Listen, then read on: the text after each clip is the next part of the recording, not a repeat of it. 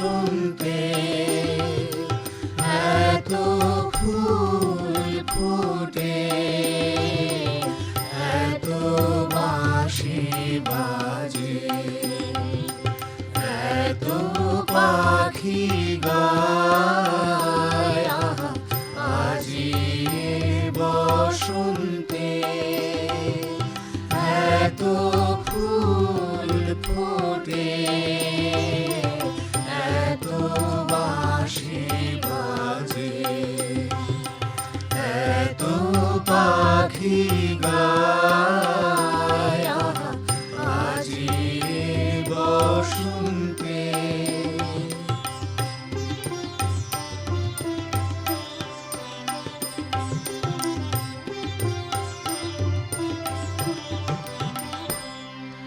সখীর হৃদয় কুসুম কোমল, কারণ আদরে আজি ঝরে যায়। কেন কাছে আসো, কেন মিছে হাসো, কাছে যে আসিত সে তো আসিতে না চায়। আজি বসন্তে এত ফুল ফোটে, এত বাঁশি বাজে, এত পাখি গায় আজি বসন্তে।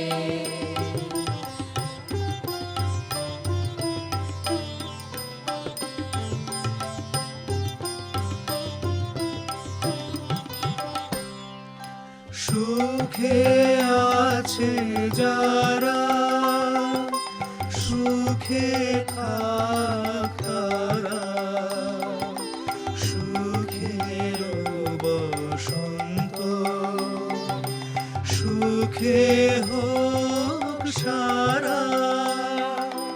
দুঃখিনী নারী নয়নের নীর, সুখী জনে যেন দেখিতে না পায়। তারা দেখেও দেখে না, তারা বুঝেও বুঝে না, তারা ফিরেও না চায় আজি বসন্তে এত ফুল ফোটে, এত বাঁশি বাজে, এত পাখি গায় আজি বসন্তে। বসন্ত মানেই নবপল্লবের হাসি, রঙিন ফুলের উচ্ছ্বাস ও মৃদুমন্দ বাতাসের মাধুর্যে পরিপূর্ণ প্রকৃতির এক আনন্দ উৎসব। প্রিয় দর্শক বন্ধুরা, শিলচর দূরদর্শন কেন্দ্র আয়োজিত আহা আজিয়ে বসন্তে শীর্ষক অনুষ্ঠানে আপনাদের জানাই স্বাগত। বসন্ত মানেই রবি ঠাকুর। রবি ঠাকুরের চোখে বসন্ত মানেই নবজীবনের জাগরণ, তার ভাবনায় বসন্ত মানেই হৃদয়ের দ্বার উন্মোচন। তাই আজকের অনুষ্ঠানের শুরুতেই আমরা দেখলাম বসন্তের উপরে একখানা সুন্দর রবীন্দ্রনৃত্য। পরিবেশনায় ছিলেন শিল্পী পম্পি চক্রবর্তী। তার সঙ্গে সঙ্গীতে যারা রয়েছেন তারা হলেন শিল্পী রথীন্দ্র চক্রবর্তী, গার্গী চক্রবর্তী, পল্লবী দাস, সীমা পুরকায়স্থ, বিশাল রায় কর্মকার, কৌস্তব পুরকায়স্থ। যন্ত্রানুষঙ্গে যারা রয়েছেন তারা হলেন তবলায় বিশ্বজিৎ দেব, মন্দিরায় সেবায়ন রায়চৌধুরী, সেতারে রাজর্ষি ভট্টাচার্য ও দৃশ্যের বাইরে সিনথেসাইজারে রয়েছেন সন্দীপ ভট্টাচার্য। বসন্ত মানেই শুধু রবি ঠাকুর কেন, বসন্ত তো ঠিক একইভাবে নজরুল ইসলামকেও দোলা দিয়েছে। আজকের আসরে আমরা যেহেতু রথীন্দ্রদা ও গার্গীদিকে পেয়েছি, তাহলে হোক না বসন্তের উপরে একখানা নজরুল গীতি। চলে যাই রথীন্দ্র চক্রবর্তী ও গার্গী চক্রবর্তীর গানে।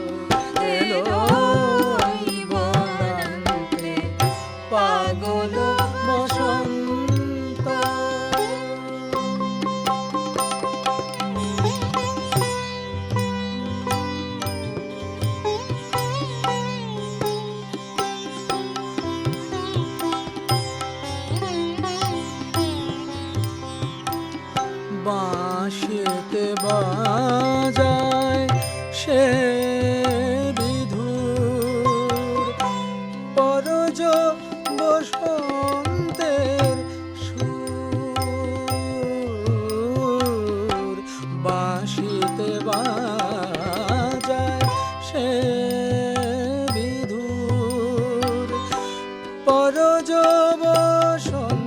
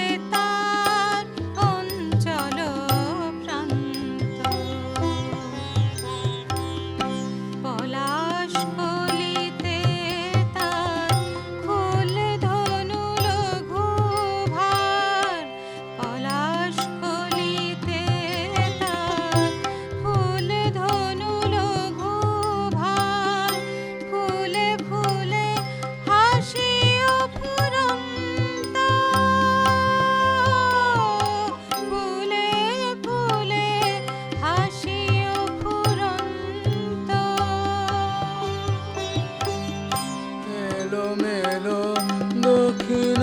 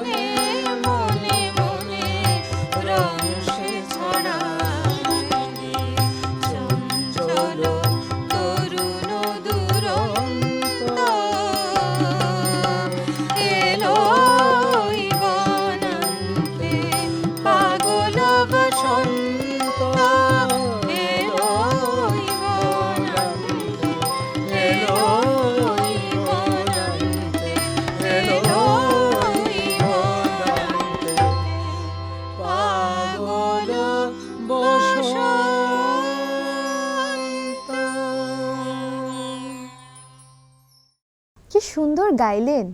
তো এত সময় থেকে তো আমিই কথা বলছি, এবারে না হয় চলে যাই আমাদের শিল্পীদের কাছে, শুনবো বসন্ত তাদের কাছে কিভাবে ধরা দেয়। এবারে চলে যাব রাজর্ষিদার কাছে, অর্থাৎ রাজর্ষি ভট্টাচার্যর কাছে, জেনে নেব আপনার কাছে বসন্ত ঠিক কিভাবে ধরা দেয়।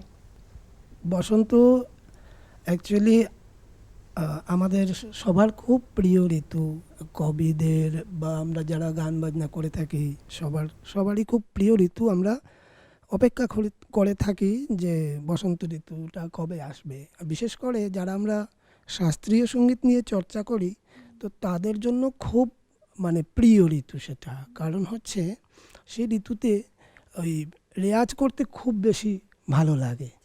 সো মানে আমার কাছে বসন্ত ঋতুটা মানে আমাদের রেয়াজের জন্য মানে খুব ভালো ঋতু। খুব সুন্দর বললেন রাজর্ষিদা। এবারে আমরা চলে যাব সীমাদির কাছে, অর্থাৎ সীমা পুরকায়স্থর কাছে। আমার কাছে বসন্ত ঋতু হচ্ছে প্রকৃতি রাঙিনায় পলাশ শিমুলের বাহার। এই ঋতু আসলে আমার খুবই ভালো লাগে, কারণ এই ঋতুতে আমাদের কবিগুরুর অনেক গান রয়েছে, কাজী নজরুল ইসলামের অনেক গান রয়েছে, তারপর তো হোলির গান আছেই। তো এই ঋতুটাই রঙের উৎসব। ঠিক তাই। এবারে আমরা চলে যাব পল্লবী দাসের কাছে, জেনে নেব বসন্ত নিয়ে তার ভাবনা। বসন্ত বলতে আমার সেই ছোট্টবেলায় চলে যেতে ইচ্ছে হয়। সেই ছোট্টবেলায় যখন বিকেল হলেই কোকিল ডাকতো, তখন মনে হতো সেই কোকিলের সাথেই আমরা ডাকতাম, কোকিলের সেই সুরে। তো সেটাই মনে হচ্ছে এখন যদি সেই ছোট্টবেলায় চলে যেতে পারতাম, এটা খুব মিস করি। এবং আমার কাছে বসন্তটা খুবই রঙিন, রঙের উৎসব, সেটাই। ধন্যবাদ পল্লবী। এবারে আমরা চলে যাব গার্গী চক্রবর্তীর কাছে, অর্থাৎ আমাদের প্রিয় গার্গীদির কাছে। আমাকে এই যে নবরূপা সবাইকে জিজ্ঞেস করছে বসন্ত মানে কার কাছে কীরকম। আমার কাছে ভীষণ আনন্দের বসন্ত। তখন গান বাজনা নিজেও যেমন করতে আনন্দ হয়, তেমনি শুনতেও আনন্দ হয়। রবীন্দ্র নজরুল সব কিছুই ভীষণ ভালো লাগে, তখন করতেও ভালো লাগে, শুনতেও ভালো লাগে। আর এই বসন্ত ঋতুর রাগগুলো গাইতেও ভীষণ আনন্দ হয়, তাই আমার কাছে বসন্তটা ভীষণ রঙিন। বাহ, কি সুন্দর বললেন গার্গীদি। এবারে আমরা চলে যাব আমাদের প্রিয় রথীন্দ্রদার কাছে, অর্থাৎ রথীন্দ্র চক্রবর্তীর কাছে, জেনে নেব আপনার কাছে বসন্ত মানে কি। প্রথমেই তোমাকে অসংখ্য ধন্যবাদ, এরকম একটা মানে সুন্দর প্রশ্ন তুমি সবাইকে করছো। তো বসন্ত মানে এমন একটা ঋতু, আমরা এত ঋতু পেরিয়ে এসেছি, তো বসন্ত হচ্ছে শেষ ঋতু। কিন্তু এই ঋতুতে কি হয়, প্রথমত যেটা আমরা লক্ষ্য করি, কোকিল, আমরা শহরের যেহেতু থাকি, আমরা সেরকমভাবে পাখির ডাক ওরকমভাবে আগের মতো তো শুনতে পাই না। তো কোকিল ডাকা শুরু হয়, পলাশে ফুল ফোটে, মানে গাছের পুরনো পাতাগুলো ঝরে পড়ে আবার নতুন পাতা গজায়। সেই সঙ্গে যেহেতু আমি গান বাজনা করি, তো আমি এই ঋতুটাতে কিছু কিছু গান আছে, বিভিন্ন কবিদের আছে, তার মধ্যে কিছু নাম না জানা স্রষ্টাদের গানও আমরা করি, যেরকম ঠুমরি, দাদরা, তারপরে হোলি, বরমাসা, এরকম বিভিন্ন আঙ্গিকের গান আছে যেগুলো আমরা সবসময় হয়তো গাইতে পারি না। তো বসন্তটা এলেই মনে হয় এই গানগুলো গাওয়ার একটু সুযোগ পাবো আর কি। তো সব মিলিয়ে বসন্তটাতে একটা রঙিন ঋতু। সত্যিই তাই। এই এবারে চলে যাব আমাদের পরবর্তী শিল্পীর কাছে, শুনবো বিশাল রায় কর্মকারের কথা। বসন্ত আমার কাছে এক অপূর্ব রঙিন উৎসব। শীতের শুষ্কতা ভেঙে প্রকৃতি যেন এক নতুন সাজে সেজে ওঠে। তো বসন্ত আমার জন্য শুধু একটি ঋতু নয়, এটি আমার কাছে নবজাগরণ, ভালোবাসা এবং সৌন্দর্যের প্রতীক। খুব সুন্দর বললেন। এবারে চলে যাব কৌস্তব পুরকায়স্থের কাছে, শুনবো তার মনের কথা। বসন্ত আমার কাছে শুধু একটি ঋতু পরিবর্তনই নয়, একটি অনুভূতি। এই ঋতুর একদিকে আমরা দেখতে পারি যে পৃথিবী নবসাজে সেজে উঠেছে, আনন্দ উচ্ছ্বাস উল্লাস। আরেক দিকে আমরা দেখতে পারি পাতা, পুরনো পাতা ঝরে পড়ে যাওয়া, সেটা আবার ইঙ্গিত করে নূতনের আগমন। একদম। কারণ কি পাতা ঝরে গিয়ে তারপরে নূতন পাতা গজায়। তো বসন্ত আমাদেরকে শেখায় সবার সবটাকে কেমন করে ভালোবাসতে হয়। আমার কাছে বসন্ত এটাই। বাহ, তো এবারে আমি চলে যাব বিশ্বজিৎ দার কাছে, অর্থাৎ বিশ্বজিৎ দেবের কাছে। বসন্ত আমার কাছে বসন্তর তো গান তো প্রচুরই শুনি, আমার খুবই ভালো লাগে। প্লাস আমি যেহেতু বাজাই, তাই আমার বাজনাগুলো বাজিয়ে খুব আনন্দ পাই। তো সবশেষে আমরা চলে যাব সেবায়ন দার কাছে, অর্থাৎ সেবায়ন রায়চৌধুরীর কাছে। শুনবো বসন্ত মানে তার কাছে কি। আমার কাছে বসন্ত হচ্ছে একটা রঙিন ঋতু, একটা আনন্দে উৎসবের ঋতু, এবং নতুনকে স্বাগত জানানোর একটা ঋতু। আমরা পুরনোকে পিছে ফেলে আবার নতুনের দিকে এগিয়ে যাওয়ার একটা ঋতু। বাহ, এত সময় আমরা শুনলাম আমাদের সকল শিল্পীদের মনের কথা। এবারে আমরা ফিরে যাব গানে। ভারতীয় সঙ্গীতে উপশাস্ত্রীয় সঙ্গীতের রয়েছে স্বতন্ত্র ধারা, যা কঠোর ধ্রুপদী নিয়মে আবদ্ধ নয়, তবে ভাব ও রসের মাধুর্যে পরিপূর্ণ। যেমন দাদরা, ঠুমরি, ঠিক তেমনই চৈতি। সাধারণত চৈতি বসন্তকালে গাওয়া হয়। আমাদের দেশে ফাল্গুন চৈত্র মাসে চৈতি গাওয়ার রীতি রয়েছে। তো চলুন চলে যাই তেমনই একখানা চৈতিতে।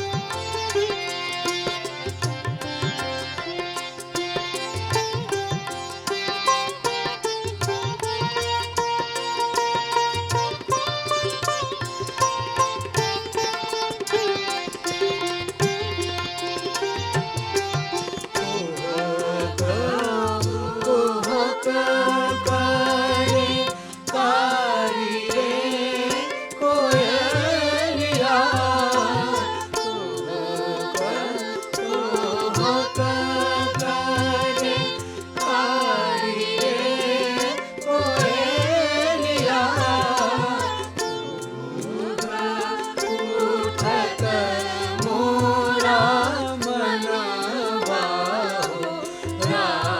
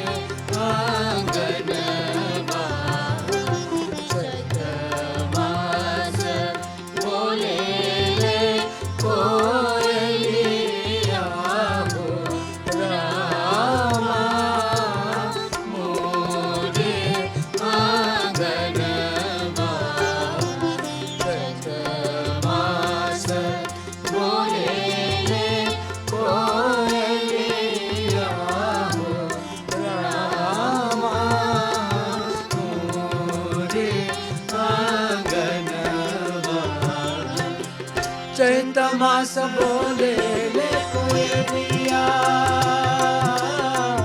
चैत मास बोले ले कोयलिया, चैत मास बोले ले कोयलिया, ओ रामा मोरे अंगनवा, चैत मास बोले ले कोयलिया, रामा मोरे अंगनवा, मोरे अंगनवा, मोरे अंगनवा।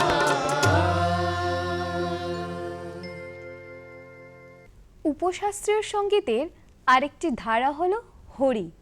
হরি যেখানে শ্রীকৃষ্ণ শ্রী রাধিকার সঙ্গে ও গোপিনীদের সাথে বসন্তের নানা খেলায় মত্ত থাকেন। এমনই একখানা হরি এবারে পরিবেশন করতে চলেছে আমাদের শিল্পীরা, এবং সঙ্গে নাচে থাকবেন পম্পি চক্রবর্তী।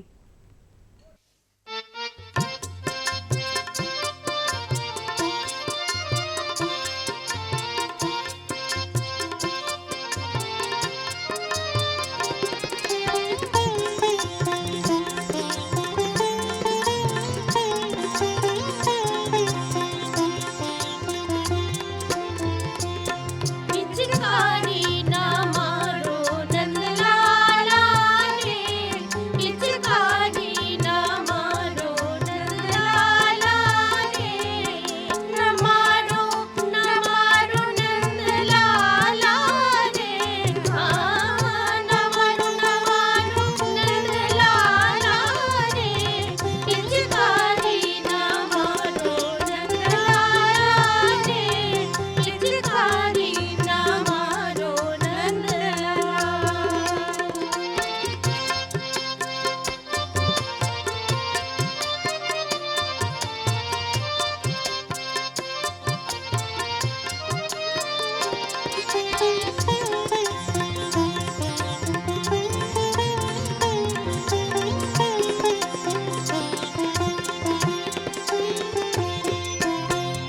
सारी चुनरी मोरी रंग में भिगोई डारी, सारी चुनरी मोरी रंग में भिगोई डारी, गारी देत सब ग्वाला रे, हाँ गारी देत सब ग्वाला रे, पिचकारी ना मारो नंदलाला रे, पिचकारी ना मारो नंदलाला।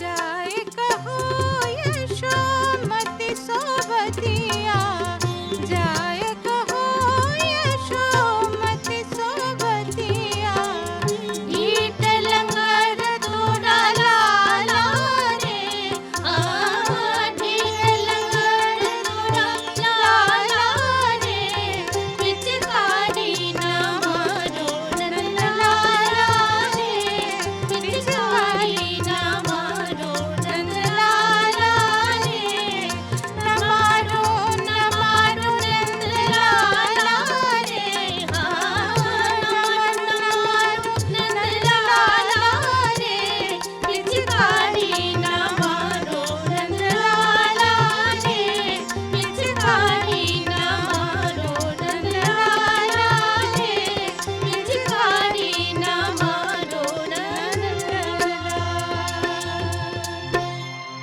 কি বন্ধুরা, কেমন লাগছে? তো এবারে আমরা চলে যাব আরও একটি হরিতে, এবং এটি আমাদের আজকের এই অনুষ্ঠানের শেষ নিবেদন। আপনারা সবাই ভালো থাকবেন, সুস্থ থাকবেন, রঙে রঙে রঙিন হোক আপনাদের জীবন।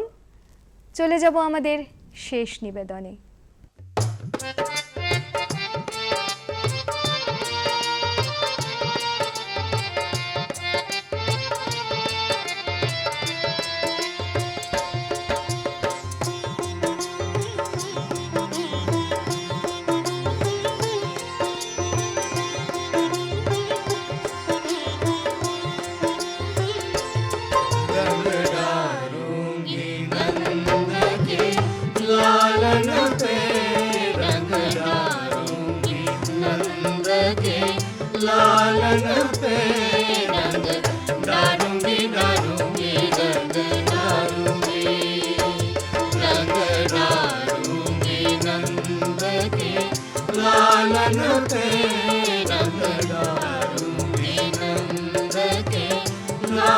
लालन पे रंग डालूंगी डालूंगी रंग डालूंगी।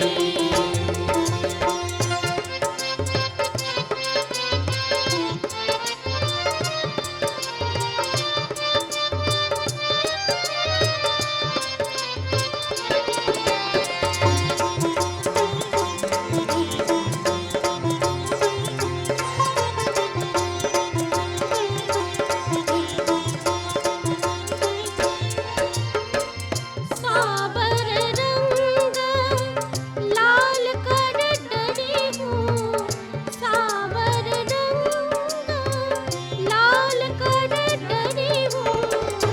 मलि गुलाल दो गालन पे मलि गुलाल दो गालन पे रंग डालूंगी डालूंगी रंग डालूंगी। रंग डालूंगी नंद के लालन पे रंग डालूंगी नंद के लालन पे रंग डालूंगी डालूंगी रंग डालूंगी।